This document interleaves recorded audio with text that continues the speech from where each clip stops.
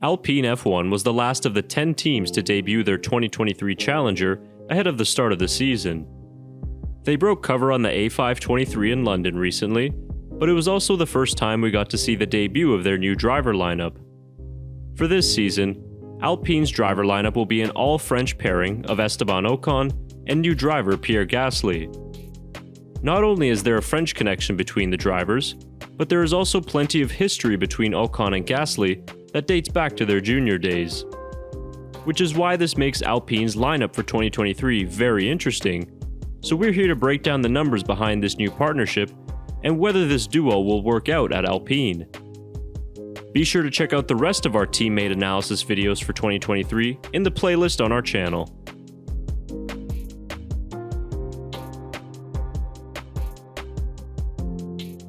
Alpine's lineup for 2023 will consist of two drivers relatively young, but with enough F1 experience to help drive the team forward. Both drivers have similar statistics in Formula 1, so let's look at the tale of the tape between Esteban Ocon and Pierre Gasly. Gasly is 1 year older than Ocon, but has 3 fewer Grand Prix starts at 108. In terms of wins and podiums, both Frenchmen are nearly identical with 1 victory apiece, but with Gasly scoring more podiums. Gasly had the edge in terms of his record versus his teammates in F1, as he's gone 4-1 in his 5 seasons with the Red Bull teams. Ocon, on the other hand, has only gotten the better of 1 teammate so far, and that was Fernando Alonso last season. Gasly's career best championship finish of 7th came in 2019, while Ocon's best championship finish of 8th came in 2022. So now that you've gotten a chance to see the head-to-head numbers, let's look at each driver individually.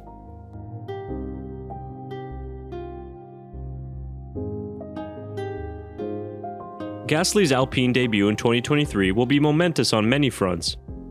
Not only is it an honor to be a French driver for a works French team, but this season will also mark the first time Gasly has driven for a non-Red Bull team. After years of overachieving results in the Red Bull sister team and a failed promotion to the big team, Gasly has moved on from the Red Bull family and is looking to build a championship campaign with Alpine. The 27-year-old comes highly rated out of AlphaTauri, and he's done well for himself considering he spent most of his years in the midfield. He's yet to score a pole position, but qualifies well at around an average of 11th place, and is able to do one better in the races with his average finishing position being 10th.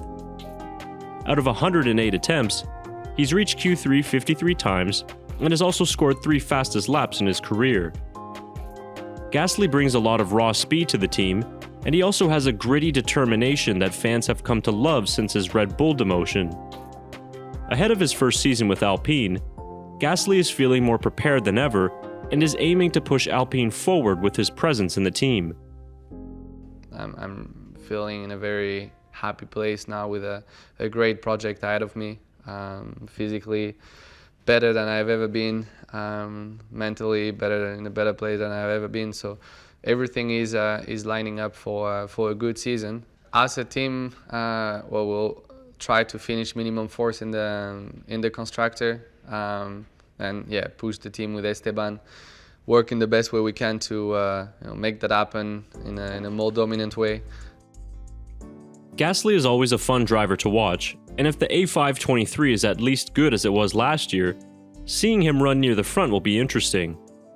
But after years of being the number 1 at AlphaTauri, how will he deal with being the new man at the team, and especially with a teammate who he has a rocky history with?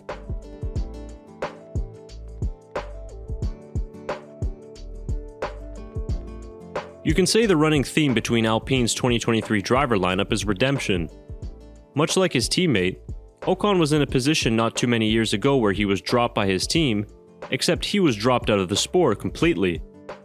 Luckily for Ocon, he's managed to get a second chance in F1, and he has made the most of it so far. As with Gasly, he picked up a memorable maiden victory a few seasons ago, and has since shown he can be a solid driver worthy of carrying a team. Ocon has yet to score a pole position in F1, but he sure likes to make up positions in the race, having an average finishing position of 9th versus his average starting position of 11th. He's reached Q3 54 times out of 111 attempts, but has yet to score a fastest lap in his career. Ocon is entering his 6th season of Formula 1, and he's finally in a position where he can assume the team leader role. It's his 4th season with the Enstone outfit, so Alpine will be looking to him to drive development and be the team leader in the beginning of the season. Ocon has always had difficult teammate matchups in his career with the likes of Perez, Ricciardo, and Alonso. His teammate this year will give him a tough challenge as well, and with the added history between the two, we might see some on-track run-ins like they used to have in their junior careers.